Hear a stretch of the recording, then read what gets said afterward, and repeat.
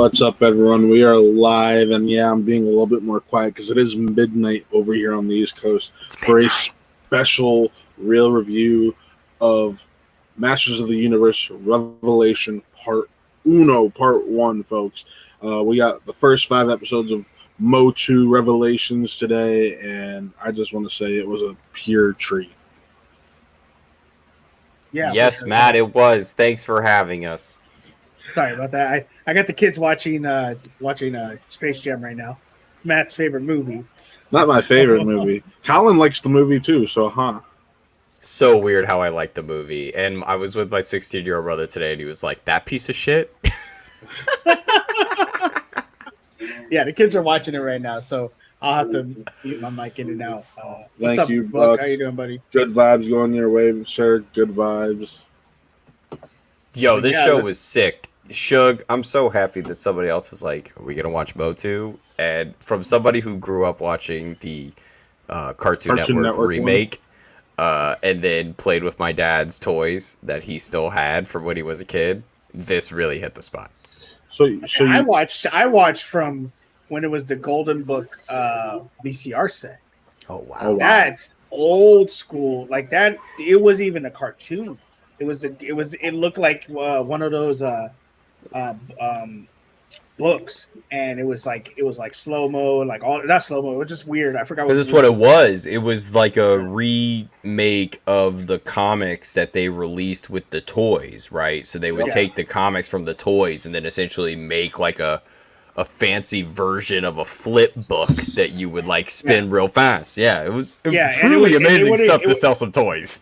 Yeah, and it was like a page. It would look like a page, and they would slowly move it, so it looked like it was moving, but it's kind of hard to explain what it was. But if you look up Golden Book He-Man, it's nothing like even the cartoon was at that time. Suge's just dating himself right now. What's up, Mikey?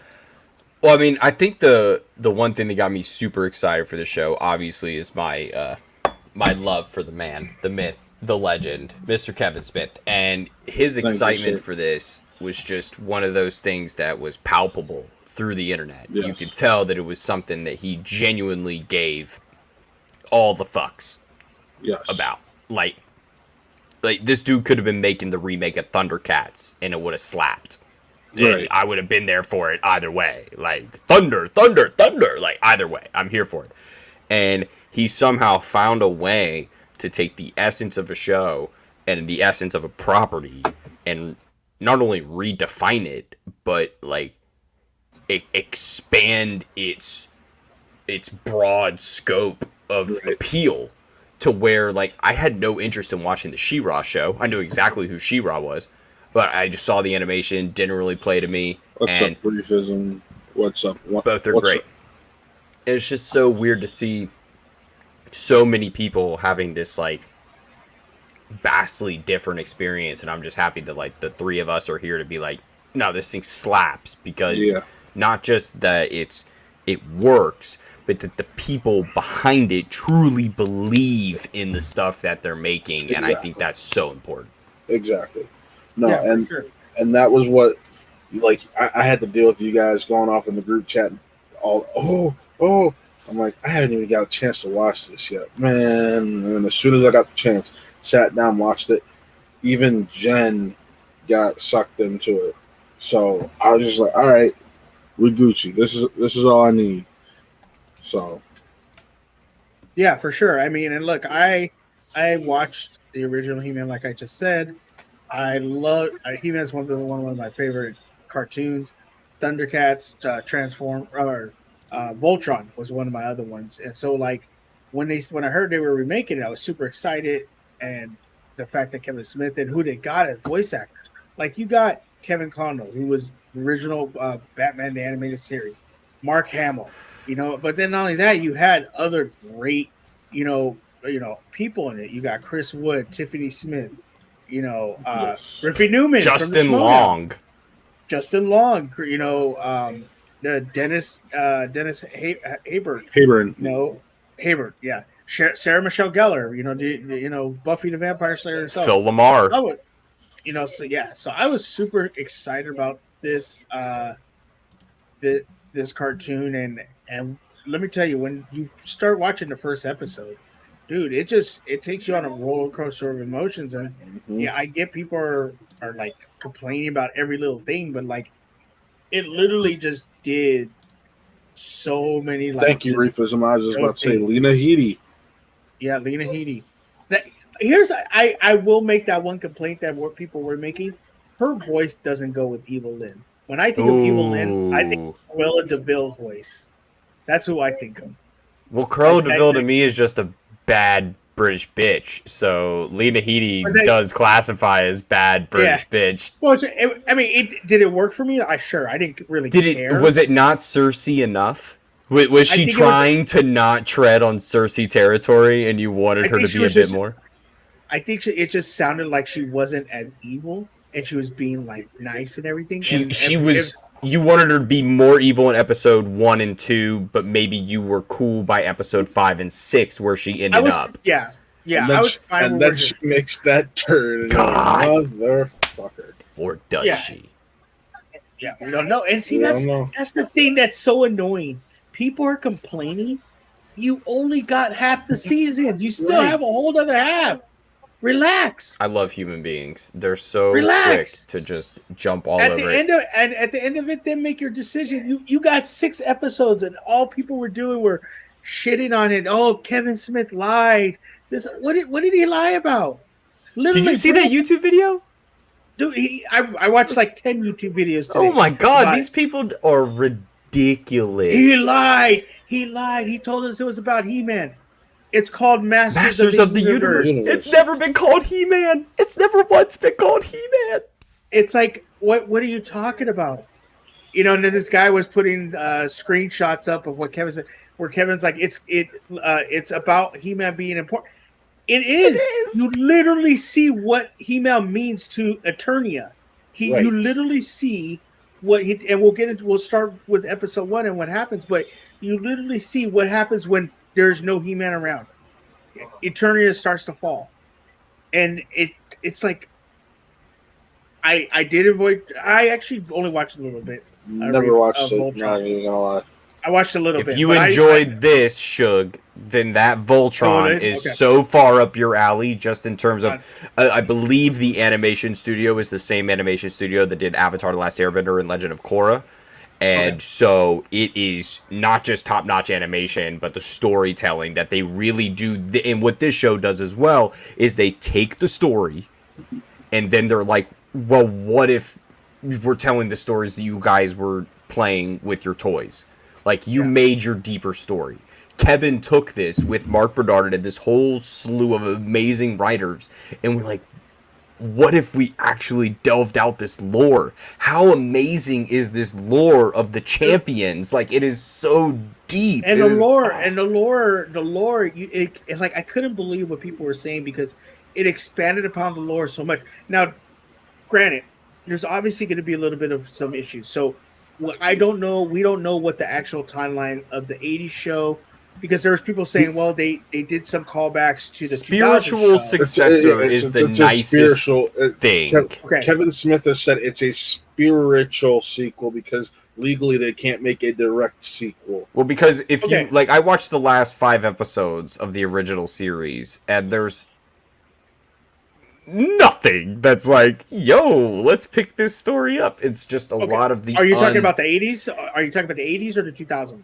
80s. Both. I did both. And there's not, like, it didn't seem to me, it was like, let's get to her ceremony. It wasn't like a handoff, right? It's more of like, let's just. Well, the complaint I heard today was, the thing I was saying was, they never talked about how Tila was the sorcerer's daughter. And this guy was like, oh, well, here's a YouTube video. So, and I'll be honest, I'm 37 years old. I haven't watched this shit since I was like a kid. So I didn't remember. I watched it, and it came back. Literally, the episode, Colin, is she finds out she's the sorcerer's daughter, and then the sorcerer wipes her mind, and they never talk about it again. So they never expand about it. You can tell this entire show that they're hinting at it, like there's something more about you. Her dad's like, there's something I got to tell you. Just there's all He-Man these tells her, hints. Adam tells her, there's something I need to tell you, and they didn't get it out. But I'm saying, like, they never expanded upon it, because you do know if she's the sorcerer's daughter, her power equals as much as He-Man. She's just as strong, and she's gonna grab that. When she grabs that sword, it is going to be one of the most epic moments. And I don't think she is. Oh, I think she is. I think she. I don't think so. I don't think she's she just is. going to become. She's going to become the new sorcerer, and Adam's going to become the new king of Eternia. I don't. So then, who do you think is going to be the new champion? Because they Adam said. I'll be honest with you. I'm going to be honest with you. I think it's going to be Homegirl, her friend, Andra, Tiffany Smith. Yeah. I love that. I think she's either way, if it's Andra or if it's Tila, I love that I am not one of the boys that is yelling at the internet. I'm like, this is amazing. Give them the sword.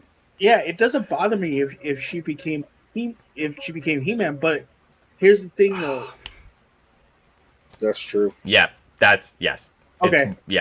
That's why. So, because there's hints of stuff that they say in that in the show. There's little hints. There's little things that were in that show that they talked about. But with episode 1, obviously it starts off crazy, because you're like, okay, Tila's gonna get her new rank and everything, and you see He-Man roll up to the castle, and I'm like, wait, why is he on a horse and not on Cringer? All right, that's already sus. And then you realize that it's Skeletor. So then, like, you're like, oh, okay, well, here's He-Man. And you're like, all right, cool. This is going to be like a normal battle where he comes in, whoops butt, and that's the end of it. And it's not, like, that's another thing, lore we never knew about. We always thought Castle Grayskull. What is it? His famous saying, by the powers of Grayskull, I have the power. And we always just thought that Grayskull gave the power, that it was the sorcerer. And you find out that that's not true. That you find out that the elders hid their powers deep in Grayskull, and that it was a facade for I believe it's called the Fortress of Knowledge. The Wisdom. Yes, the Fortress of Wisdom. Wisdom. Okay, so it was a Fortress of Wisdom, and it was a facade. Grayskull was a facade to keep it safe. And Skeletor figured, because Skeletor's like, I've always tried to get Grayskull, and that's not what I actually want. I want the power that's inside. And so, like, he does this. You find out all about Grayskull. All right, cool. We never knew about that. I don't remember that. I just always assumed the power came from Grayskull. We ended up finding out more.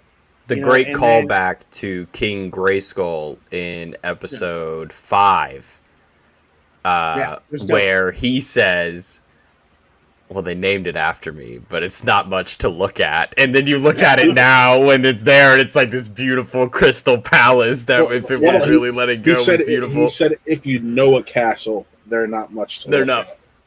That was the disguise around it. Right. If you look at it, it looks like shit. But now, if you look at it, it's fire. And to me, it really set up this. It set the stakes. So getting to Adam making the fucking ultimate sacrifice, not even realizing he could in the moment rip the swords apart, not realizing it was going to strip him of his powers, and essentially cause a chain reaction that sets off this entire series and reveals the ultimate secret of the entire original series, that Tila has no fucking idea that Adam is He-Man, and it's so well done. It sets you up on, like, it puts everything in its place, exactly where it needs to be for this show to be successful. And all these people are just. But Colin, I want He-Man. Well, I don't give a shit. You have 98 episodes of He-Man. Go watch it. I mean, but that's the thing that, like, it boggles my mind, because it's like, well, he was supposed to be the main person of the episode. Okay, so because he's not in all of because he's not the main character, doesn't, like, by the time the show's said and done. Well, he's the main character, but he just wasn't in every episode. Exactly. And the splitting of the swords, that's in the Golden Book VCR set where Skeletor had one half, He-Man had, but it hit, but the Power Sword was still the Power Sword. But there's actually two halves that when you put it together becomes the ultimate power, and that's what Skeletor always wanted. So that's a callback because they never had that in the 2000 show where they had two Power Swords. They never had that. So I like the visual of the moment where who eventually goes on to be Evelyn, but shows the Andrea and Tila when the swords pull apart and they're doing the whole exposition of what's going to happen. The Power Sword, the light side, shined around Andrea, and then the evil side kind of went around Tila. And I thought that was a little bit of foreshadowing of that this power is not meant to be wielded by one person. And that the splitting was going to be these two having to use the power together. And the show said, "Fuck you, Colin. We're gonna do some dope dwarf star stuff, and we're gonna reforge these swords." I want to say this. I think Prince Adam / He-Man's story is very comparable to Luke Skywalker in the sequel trilogy, to where that first film, even though he's not in it, is about Luke. Let's be honest. He's in it at that last minute. And then Last Jedi subverted your expectations, just like this show did. Kevin Smith is a student of film. And he subverted your expectations to give you, honestly, a better story than I think we could have gotten. Could he have made the cookie cutter show? Yes. Oh, did he choose to? No. We don't know. We don't know if he's dead. We don't know if he's dead. I don't know. He's not dead. Well, if he's the only chance then to save him would be in Subternia, because I don't think he can't go to Paternia again. They said you cannot go there. So there's only one place for you to go. Well, they could use magic to heal him. They could use magic to heal him, or they get him the Power Sword back. Yeah. They just need to keep him alive long enough. But when this episode ends, and that was another thing too, people are like, well, why is Tila mad? Her best friend has been keeping a secret for her. Her dad has been lying to her. All the people she trusted lied to her. The only person that did lie to her was the king. That is it, because he didn't know. Yeah, even Adam's mom. She's like, you lied. You knew? Yeah, she knew. And so, she should be upset. And then, it's just, I don't want to talk any more negative stuff. Let's talk about the positive stuff about the show, because it's just going to give me on. See, but here's the thing: we're not talking about negative. We're talking about what. No, I know, but I'm talking about what people were complaining about. It's like, oh well, some guy was like, well, the show was basically she friend zoned some guy and he died and now she became a lesbian, and I'm like, where did you see a lesbian? Hell? Because of her hair? Because she cut her hair? What? Okay, cool. The girl's her friend's a girl, and they're friends. How does that make her a lesbian? So that basically brings us. But if it happens, so what? What is the problem? Why are we? It boggles my mind that's what you're complaining about. She cut her hair, and you're like, oh my god, she's a lesbian. What?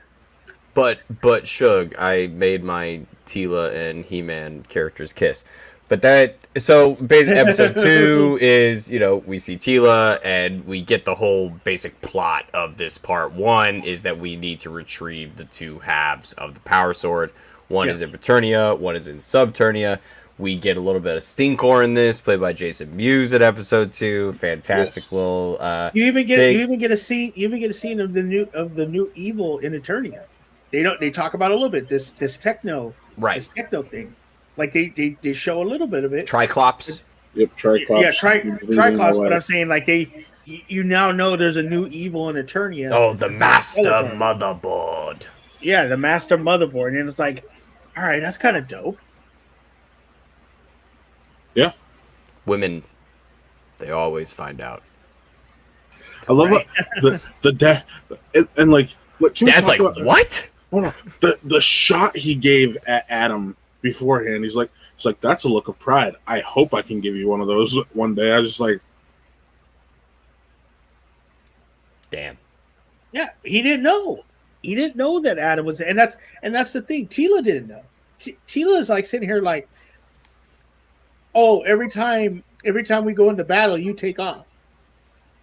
All right, cool, whatever. Not knowing that this dude had, and that was what I was talking about. There was real stakes in this movie, literally real stakes. He dies in the first couple minutes in the first episode. You're like, holy shit! Tell me a time, Colin. Name me a cartoon in our childhood, and I'm a little older than you, where heroes could actually die. They get hurt, they might be put out commission, but maybe other than Superman the animated series, has there ever Batman been a animated time? series. But Batman was never killed. Batman, Mad Hatter literally trapped him in a dream just to keep him happy, so he stopped messing. There's never been a time you watch a cartoon and someone be like, "Yeah, this hero's gonna die." Oh, yeah, I can't find one. There's, I mean, Transformers the movie. Transformers the movie, but like Transformer movies. I watched Yes, Beast it's Wars, one of so they just kept to go. Beast. I love Beast Wars. That was such a It's so fun good. show. It's so good. It was. So Remember when they went to the other planet? Beast they Machines? went back to they went to Cybertron and they all changed again. That I was like, what the hell's going on? Then it turned into Energon and Cyber. Yeah, I could go on all day Yeah. about that. But like, I think, and then we get into Mark Bernardin's episode 3, which then brings us Merman of Kevin Conroy and starts to really get into these like brilliant flashbacks that are like paralleling their journeys, and even in episode 2, where Tila and Andra have to go to what is it? Viper Mountain, Snake Mountain, Yeah. Snake Mountain, Snake Mountain. and they have the flashbacks of like, oh, this seems familiar, and all that stuff starts going through. That was such a great parallel to give you even like, oh, you want some of that old 1980s nostalgia? Where here's a little bit of that, and we're just going to give you more. And I can't believe that people are upset with more. Like, we could have given you the really crappy version of this that's just like villain of the week each episode. It has 20 episodes and nobody gave a shit. But people are angry that people gave a shit. And that's the thing that really pisses me off. It's like, Exactly, and Because- you get some good. Go ahead. Yeah. Well, we'll throw back to the conversation I had on Real Geek Core this past week. Fans are letting their expectations ruin viewing experience. yeah. That's what's happening, and that like if you can't sit here and just enjoy a show called Masters of the Universe, not He-Man, Masters of the Universe, because your expectation is He-Man, that's on you. And don't yuck everyone's yum because you don't like strong female characters because you have a small penis. Well, we're not going to talk about people's penis Matt size. said it. Yeah, but I mean, it's like if you don't like it, it's fine. But what the problem I had and what I was talking to a lot of people on Twitter today about was you're purposely going out there making these like incorrect statements about a show because you don't like it. Oh, like there was I don't want to bring her name up, but she's a famous YouTuber that does like reviews and stuff. She's like, well, there's no strong male Grace character. Randolph, fuck her. Go ahead and bring her Yeah. in. I don't care. And I was like, I'm not understanding. Like, what do you like? There's obviously Man at Arms. Adam's a strong male character. You have the robot. Hell, the robot was dope. Roboto. Like, yeah, Roboto was dope. Like he makes the ultimate sacrifice, and he talk, and how he talks about things and how he's doing things for Man at Mossman. Arms. Mossman was dope. Million Like years old. Mossman gets killed too. Mossman gets killed in like the first 20 minutes of the episode. And you're like, oh crap, we're going like that. Bro, like We're killing burned people? alive. Like facts. Like that was rough. I was like, that was the moment you were like, oh, people are gonna die. This is not Dude, gonna and then Orko, to see Orko how he was, like Props to How Griffin he- News. like how he was like really affected. Like he starts breaking down crying when she goes, you miss Adam, and he's like, every day I think about him. And then when he tells her, I want to go with you, he's like, well, I fought alongside you guys. Please, please let me go with you this one Which last then time. leads to the conversation between him and Andra on the boat, which I think might be the most important conversation of the entire season, just in an abstract sense. If you take the quotes out and you just apply them to life, where he's telling her, you need to write this down. Isn't this beautiful? Like, I'm sure I've seen things this beautiful before, I just don't remember. but I don't remember them because I've just done so much cool shit that it's all running together. And my advice to you is to write it all down, because one day you're gonna be like me, and you're gonna wish you had.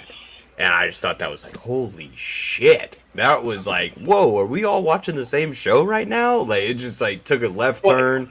It was just it might have been the slowest moment of the entire 5 episodes. Yeah, which was a good thing. They got deep into Oracle because when you watch the old 80s one and even the 2000, he's like comic relief.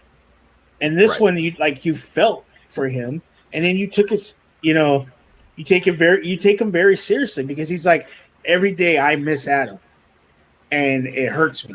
And then when he talks about where he came from, he's like, my parents were at my real name is Oracle, but because I didn't know how to say it right, they called me Orko, and I was the like crappiest sorcerer, and it's like, dude, that's so dope to see what he does. It sucks, yeah, he died. Like, I wish they wouldn't have killed him off, and I hope maybe he survived or something, because it is in hell, so maybe he's still alive. But like, that was just dope, how they developed him and everything like that.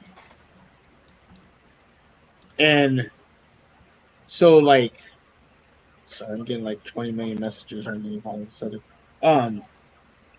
Going into that, where they go into what is it? Not oh my god, Subternia, and that whole thing. And you're talking about Colin. She doesn't know who she is, and she's afraid of what she is. She doesn't know, and she kind of talks about that and her fear.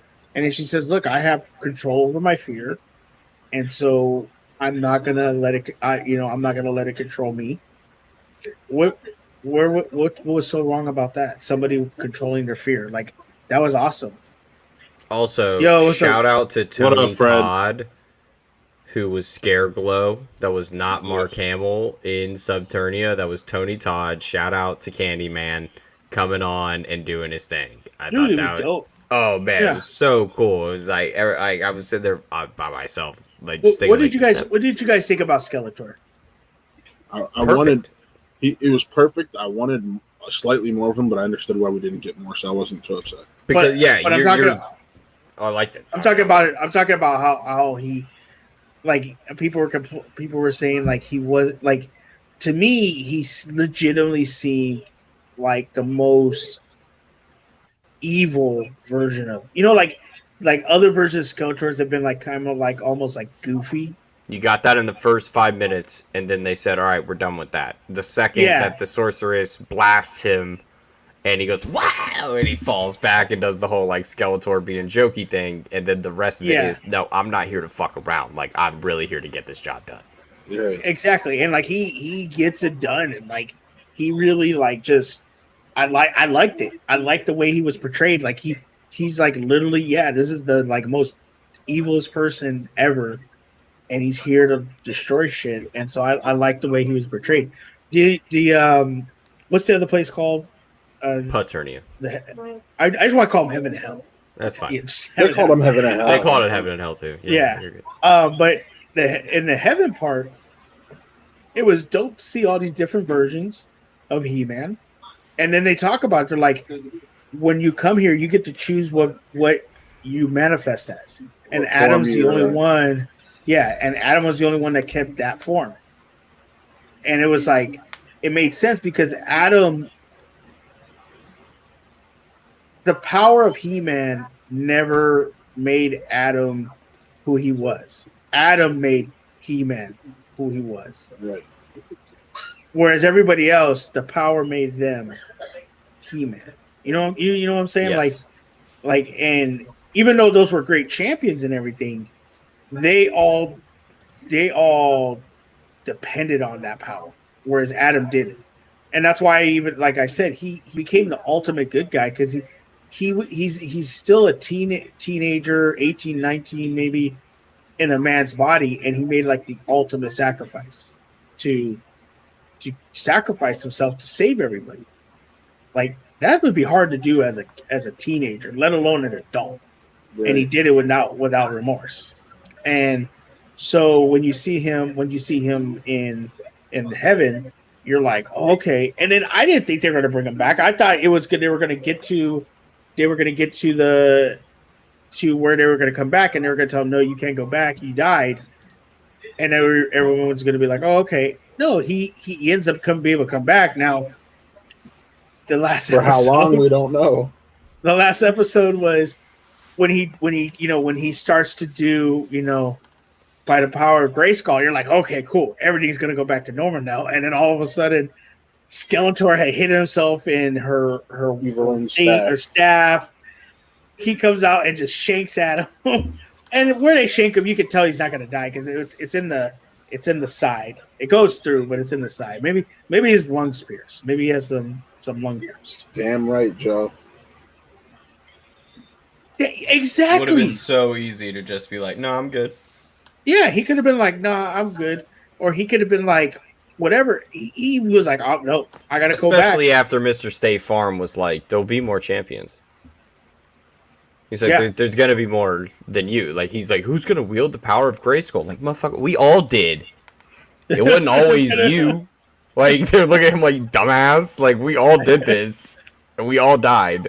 Someone else is going to come along and wield the sword. Little do we know, let's just get to it, it's fucking Skeletor that gets the sword and goes full fucking Super Saiyan God mode.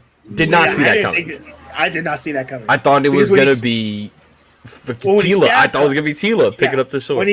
When he stabbed him, I thought Tila was going to pick up the sword and do something. And then like he takes the sword from him. And then he's like just kind of like chilling. I'm like, okay, someone's going to jump in and take it. And nobody ever does. And then he even gives Tila the time to be like, Adam! Like, runs over to him, make sure he's okay. And Skeletor's just like, Jay chilling behind her. Like, yeah, check on your mans, make sure he's all good, and all that. And then suddenly, he says the fucking line. And here's my, like, one negative. We didn't get the full transformation scene that we got with Adam in the beginning of the show, and I thought that would have been sick to see the full same scene, but with Skeletor, and he's going full, I have the power. Yeah, no, that would have been dope as hell. And then like that shocked me so much, because when he does it, he's in the because it's dope. They made it seem like when he transformed, he gets into like this, almost like just a beam. And he's in the middle of it, and he's transforming. And, like, even when he does it, the sorcerer, she realizes, all right, she goes to step in the beam, too, to get her power back. And then it just stops, and you're like, wait, what happened? Like, maybe it didn't work. Maybe the forge it didn't forge it right. And then they stab him, and you're like, oh, shit. Like, really? They just stabbed him again after he came back? You're like, oh, no. And so I like the way the story was done. And, again, we don't even have the second part of the season. This is still season one. Like, what happens if the next episode they fix Adam, and then the rest of it is it's all He-Man freaking fighting? Like, then are you gonna say, oh my god, you lied to us? Like, I don't understand. It's like, it's so nobody owes annoying. You anything on the internet, by the way. Like, all you boys who are mad with your, 45-year-old panties in a wad. It's like, nobody owes you shit. Real quick. Like, most of you are mad because you just lost a bunch of money because you didn't hold on to your toys, and now you're mad that all these kids are buying all your fucking toys. or you just bought $25 new versions of these figures. But that's beside That the point. too. Shout out Kenner. Mattel. Shout But out. I do want to say, like, I sit. Oh, I'm so tired. I'm starting to lose my train of thought. No, no, I did lose my train of thought. Continue, Colin. Sorry. It's okay. I want to cut to one thing. The beginning opening title sequence with all awesome. of the original models of the characters that they lined up, gave you the backstory in the first episode, and it had all of like the original drawings of them all stylized and redone and telling the whole backstory. It was just like, damn, you guys did this really well. You guys are not playing around. And it just started like the second I saw that, I was like, we're in for a treat. And I just sorry for the people who didn't enjoy this because I thoroughly enjoyed it. I did as well. What'd you think about the action, Colin, and the fight scenes? The fight scenes, for someone who watches more anime than I could probably say the other two people on the screen, were definitely up there when it was going. Like that first fight scene between Skeletor and He-Man. Granted, that was a lot. Like that was probably the most fighting we got in the entire season. Yeah. But even the fight scene between the machines and Tila and Andra at Snake Mountain was phenomenal. All the different ways they found the uses of magic and technology, because how like used to we are on a cartoon of it being like, all right, we only have magic here, or we only have technology here. It was like, no, this show did a great job of differentiating the two visual styles of what technology is going to be in this world and what magic's going to do in this world. And I thought that was so well done, because you could tell the difference between the moment where Lynn and Orko are doing like their moment where they go power together, and then the moment between Andra where she's like plugging up her pad to Roboto, and then they do like the full, I just called it the Iron Man beam, whatever he did. I thought he was going to blow himself up then.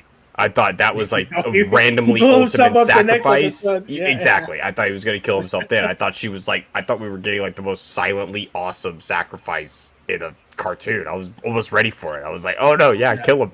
This is awesome. This is working for me. All worked.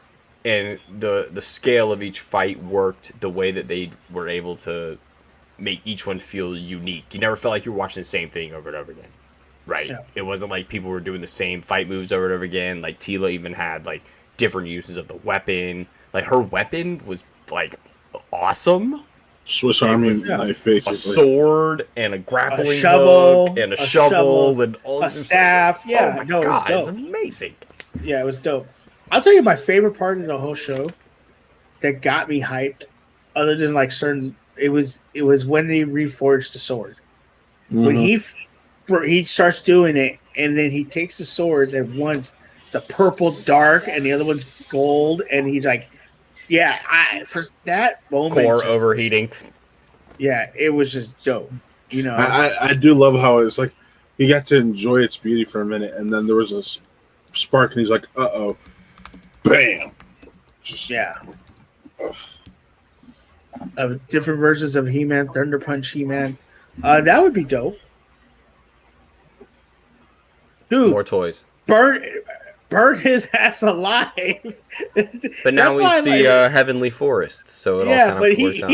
They burnt his ass alive. Like if a little kid watched that, you were like, "Oh shit!" Cool, Chris.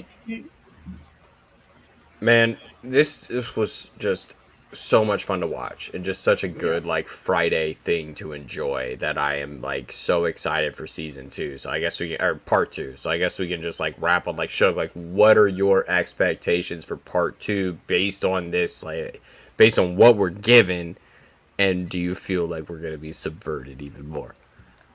I mean, there's gonna have to be a resolution with obviously the King, Man at Arms, Adam, Tila. They're going to have that resolution. We're obviously going to get that Tila is the sorcerer's daughter. Um, like I said, I don't feel like Tila's going to become He-Man. I feel that her friend, who's Andra. voiced by Tiffany Smith, Andra, she's going to become the next champion. And Adam's going to become king of Eternia, with Tila being his royal guard, men at arms, captain of the guard, or whatever you want to call it. Or she becomes the new sorcerer. Sorceress, sorry. Yeah. Sorcerer. Sorceress. And her and I keep forgetting the name. I apologize. Andra. Andra become the new He-Man sorceress, but as a couple. I think Skeletor is gonna go full on, just in wrestling terms, heel. Like, I think he's because the motherboard villain is gonna be a real interesting part, because that's now a third wheel in the Skeletor Eternia. But yet they all ran conflict. away when Skeletor showed up, and they all definitely like tucked their tails between their legs and were like, "All right, we're out of here. This is yeah." So I don't know if he's gonna go back to Snake Mountain and recruit them, or he's gonna go back to Snake Mountain. They're gonna be like, "No, we're doing our own thing with this new person, evil or whatever," because we don't really know who it is. We just know you're drinking out of a cup and it freaking makes you a robot. So just don't be Skeletor. Just don't be Skeletor's master plan all along. Oh, I'm going to do all of this, and this is also my creation. Yeah, I would like to also see. I wish they split the power swords and then Skeletor gets one half and Adam gets the other, but they can't do that because they've already said it has to be together to get the power. So yeah, it's gonna be. I'm like, yeah, like we said, I trust Kevin Smith. Yeah, I trust Kevin Smith in his storytelling. I think he's gonna do perfectly fine, and I like the way where he went with the story. What about you, Colin? I love Kevin Smith in like playing in somebody else's sandbox almost more than I love him playing in his own, because he's going back to his like roots what he loves. He loves talking about other people's shit. He loves that. He does it every week, and it's all he gets off on is just like loving other people's stuff. And now he's like, okay, here's this thing I love my entire life, and now I'm gonna make other people realize why I love it. And you're gonna find your audience there, and you're gonna really reach out to that. And what I want in part 2 is some. I just want whatever Kevin wants at this point, to be completely honest, and I want this story to. I don't know if I want it to continue past the next 5 episodes. I think 5 episodes and done with this story would be fine. And then if Kevin wants to tell another Masters of the Universe story that really blows this whole thing open into whatever they want, I have full trust. Matt, what about you? I'm honestly at that point where I don't have any expectations. I am just at this point where I am a happy Kevin Smith boy living a happy life, and I'm along for the ride, because the thing I've learned, especially with like the Disney Plus shows lately, don't have any expectations. Just go for the ride and enjoy it. And that's the best way to enjoy something as a fan nowadays. So absolutely. Absolutely. Well, I would be behooved if I did not throw it over to my boy Matt Thomas to tell everybody watching what other glorious things are going on this glorious channel. Well, tomorrow I won't be on it, but we have Saber Reels tomorrow with Colin and Toby. You can catch that tomorrow at 8. I can't remember if it's 8 or 8:30 p.m. It's the Bad Batch episode 13 recap with the news of the week and more. If you haven't been keeping up with that, it's been so fun to just talk about, and Bad Batch has been like the ish. I love it. You can watch This episode. I haven't watched it yet. You can watch Real Talk this upcoming Sunday, where we'll be talking about the Cleveland 48-hour film competition. We have some team leaders from that coming on to talk about it with us, so we're really excited for that. Then Monday, with myself and Suge and Chris Anthony Lopez, the personality himself, we have Spin from the Reel with special guests Paige Fabretti and Jesse the Jackal Swift. Suge is not going to be there this week. I'm going to be late, so this week is actually a Jeff and Chris show to start off, at least. So really excited about that. Yeah. Matt, did you hear about the Tuesdays? Oh, what are we doing on Tuesdays? But I'm still half asleep, bro. Give me a minute. I'm tired, bro. I'm tired, boss. Tuesday, this upcoming Tuesday, second episode of Real Sports, looking like a double episode week of Real Sports, as we may or may not have a watch party or a watch. We should just do an after show. Let's just do a post. I work at 5:00 the next morning, so post ain't happening. But post round one. Post lottery. Post lottery, I'll give you. Post lottery. Post lottery. Post 14th pick for a specific reason. Yeah, I wonder why. But yeah, so you can go ahead and catch out Real Sports this week for that. Sean Wingblade, what up, fellas? Haven't watched Mochi yet, but I'm trying to hop on it this weekend. Is it kid friendly? Without a doubt, yes. Oh, yeah. It is just like the 80s show. It's a little dark, but yeah. It is Avatar: The Last Airbender dark. Yeah. Does it get any darker than Avatar: The Last Airbender? Avatar got pretty dark. There's some dark moments in Avatar. Poor oh my god, what's her name? Azula. No. The one that can bend Earth, the blind. Toph. Yeah, when she talks about how her parents treated her and everything. Oh, yeah. That's buried in season 2, and then by the time you're at the end of season 3, you're like, wow, that was a long time ago. But yeah, guys, this was lit. Yes. Yeah, so for sure. And go ahead, Shug.